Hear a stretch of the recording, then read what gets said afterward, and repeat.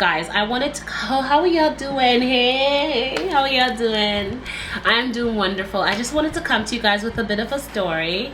I want to do a story time with how my husband's side chick tried to kill me. So this is how the whole thing happened, right?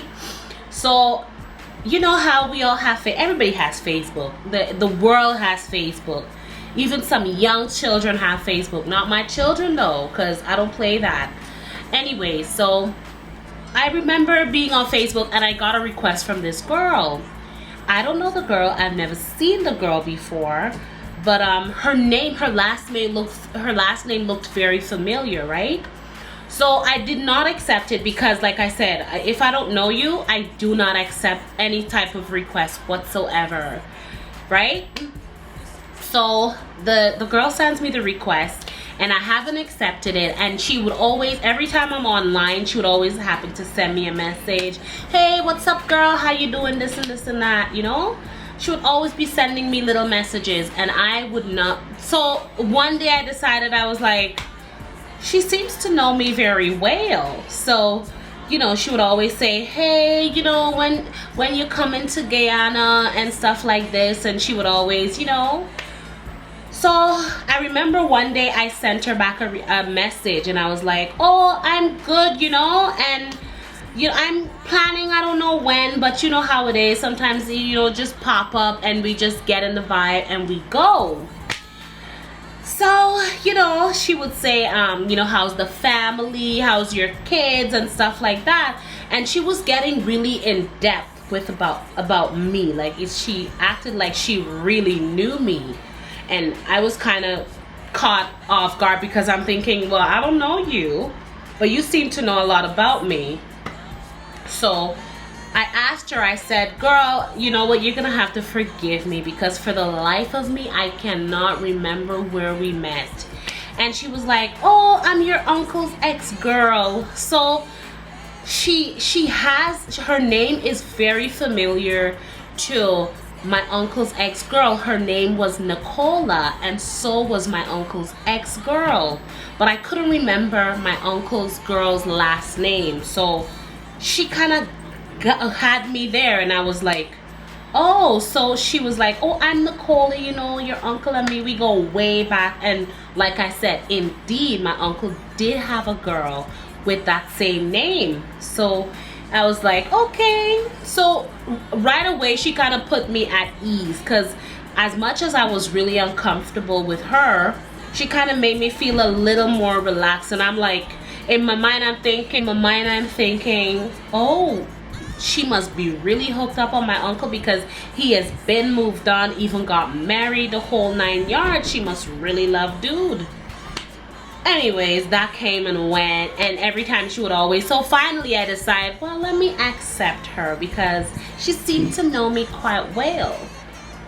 So I accept the girl, and me and her, she would always be asking me, you know, she and I would talk. But I'm keeping it at a limit still because I ain't 100% comfortable because, like I said, I don't know her. I never knew of her. And she would always say like, oh girl, you know, whenever you come, you know, there's these nice resorts on the highway and we should go, you and me, we can hang out. You know, I like to go out, I like to party and stuff like that. Now, I have a lot of cousins back home. It's like, for me to go pick up a strange person to go chill with would be something wrong with me because my cousins are so plenty. Like, this is something I look forward to. They're so plenty. There's no way I'm gonna go pick up some random girl, as much as she seemed alright and stuff like that. There's no way I'm gonna pick up a random girl and go on the highway. If you're from Guyana and you hear the highway is kind of like a deserted area type thing. Like, you go there when you want to get away. Like, if you probably have a man, you're gonna get away with the man or whatever. Like, you don't just pick up with some random girl and go, even somebody you just met. That's pretty deep, but people take people there to kill them. But she said, you know, because she know I don't live there and she know I haven't lived there for years, and she said, oh, you know, they opened up a lot of new resorts and stuff like that. So I was like, alright. So I even remember telling my cousin, oh, it's our Uncle X girl. And she said, oh, you know, she and he used to be together. My cousin's like, okay. She didn't think much of it till one day I spoke to my husband's cousin. And she said to me, she goes, girl, I saw your friend with your husband's girl.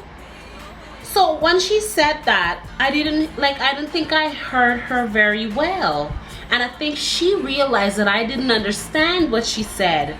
So she said it again. She was like, girl, because she knows me and she know that this is not something, clearly I don't know. I never even heard of the girl before, you hear me? The man must have been real discreet with this girl because I never heard of her, not one time. Never heard, don't even know her name, nothing. Never heard, never seen this woman a day in my life. You hear? So when she said that to me, I was like, wait a minute. And I said, what is her name?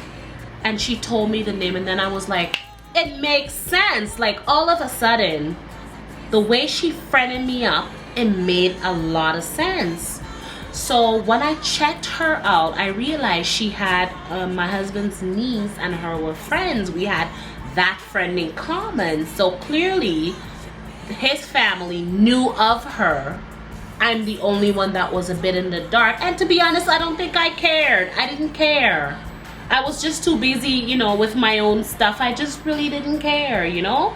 But she obviously wanted me to know about her. It was that important. So when I realized that we have his niece in common, at the time I had his niece's Facebook password and all that. From time to time she would have me log in and do stuff for her, different things, you know. So what I did was I logged into his Facebook. I didn't call the girl out because I know right about now she'd be very defensive and she'd come out of a bag on me, and I wasn't looking for that because I needed information. So I logged into his niece's Facebook and I sent her a message. And I sent her a message in the like something like this, like, hey, what's up, girl? Long time no talk to, because I know they hadn't spoken for a long time because my husband's niece wasn't living in the same area. So I know the situation. I know she hadn't seen her for a while. And I was like, yeah, you know, she was like, oh yes, girl, you know, glad to hear from you, long time. And then I said to her, well, she's thinking it's his niece. And then I said to her, so what's up? You and my uncle still together? And she was like, girl, all of a sudden he up and left me the other day. So I sent his wife a message because I want his wife to know about me. So clearly she admitted all on her own. She admitted to knowing me and sending me a message and wanting to get to know me. But I gonna teach his wife a lesson. Well, this is what I'm saying. When she said that, I said, girl must really not know me. She know of me, but she don't know me per se. Like she must have heard a couple of things from a couple of people, but whoever gave her the information must not have worn her backside, because the girl is like 100 pounds soaking wet. You're gonna look at a grown ass woman like me and think you backside gonna lure me to the highway because you have plans for me? You must not be thinking. You must be stupid, more stupid than you look. Because there's no way. Somebody would have died, that's for sure, and it wasn't gonna be me. Somebody would have died and it was not going to be me. She well stupid. So when this happened, now I decided to send her a message from my Facebook. And I said, listen to me, little girl, understand this.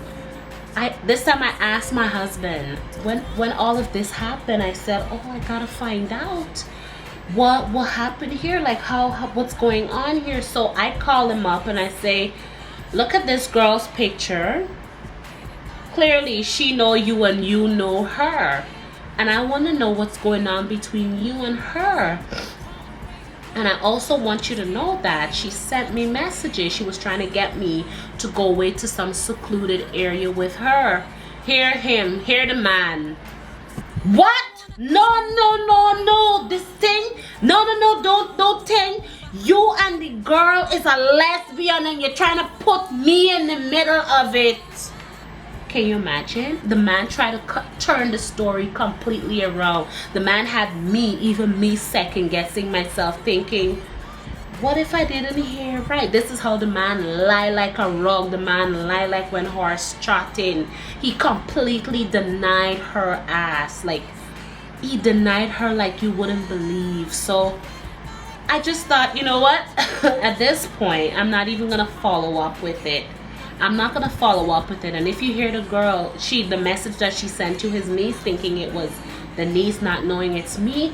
Oh, he used me and he left me, and all of a sudden him and his wife good again, and he don't want me no more. But I'm not giving up on him. I'm gonna fight for him. This is her. I said, well, look at here. You're gonna fight for what is not yours. You're gonna fight for what's not yours with dude who's denying your ass. The man denied that he didn't even know you. This is the thing. If you're a side chick, you need to know your place. You can't run up on the wife, especially when the wife don't even know you even exist. Before this, I didn't even know the girl even existed. If she hadn't come up to me, oh no, I would not have known about her. And it clearly wasn't that important, because at least you're the side chick. Your man should own you. He shouldn't deny you. That should make you feel less of a woman. It's not something to glorify being a side chick. And I realize Olivia Pope put you guys on the map. But it at least her man owned her. The president, Fitz, owned her. But if you're the side chick and he's not owning you, that speaks volume. Like, why do you want somebody who's not gonna claim you? Does that make you feel comfortable? Come holidays, he's with his family. Come Valentine's Day, whatever, he's with his family, and you're alone. You know what a girl told me one time? She said, you know what? I used to be a side chick for years. I was with this woman's husband. She told me he used to do everything for her and she enjoyed the perks of it all. She said when he wine and dine her, he would go home to his wife to become a burden. Understand this. She said he would go home to be a burden. She said eventually the wife had enough of him and she decided, you know what? All the years you're with this side chick, I'm gonna let you go. She can have you full time. I ain't even gonna fight you on it. And you know what the girl said? The girl said when his wife left him and he came over to her and he tried to settle in and to become, you know, this man that she's gonna have, and he's gonna be there for her and she's gonna be there for him. The girl said all of a sudden she looked at him like the scum of the earth. The girl said the man even had diabetes. She said that she respected his wife because his wife had to make special meals for him, and she ain't about that life. She said she was enjoying it when it was all fun and dandy, but now it come down to the bottom. She don't want that. She wanna have fun. Know yourself. Know your self-worth. You understand? Don't be one of those girls. Don't be one of those people that do these things. It might feel nice now because you might well love the man, because I understand that some of you love the man and you can't even think straight. But people always like what they can't have. And know this, men do not leave their wives. Men do not leave their wives. They're gonna talk this, oh, she's a bitch, she's this, she's that. Clearly because he's not getting what he wants. But as soon as wife turn around and start do things to please him, you're no longer in existence. Like, one day you're gonna become somebody's wife, hopefully. And what you do when you see a wife tears on you, there's no good can come out of that relationship, and his wife may leave him and he may come and marry you. But think about it, this man is used to having a side piece. Think about it and ask yourself, who is replacing you? Who is the side piece that he now have? You'd never be happy. Why do you think you deserve the white picket fence and you deserve to be happy? Why do you think you deserve to be happy after you done wrecked the people's house? Why do you feel that you need to be happy after all that? You're living in denial, and that cannot end well. Know this.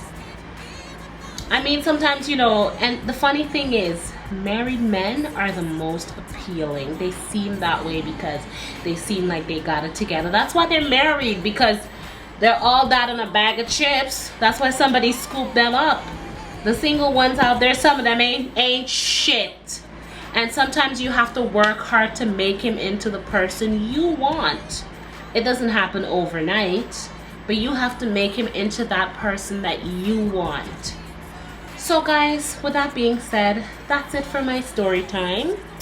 I'm going to end it here. It was really nice sitting here and kicking it with y'all and having this bit of a story time. I know you can see my fan in the background, but today is very warm. Like, the weather is so good that you just gotta enjoy it for what it's worth.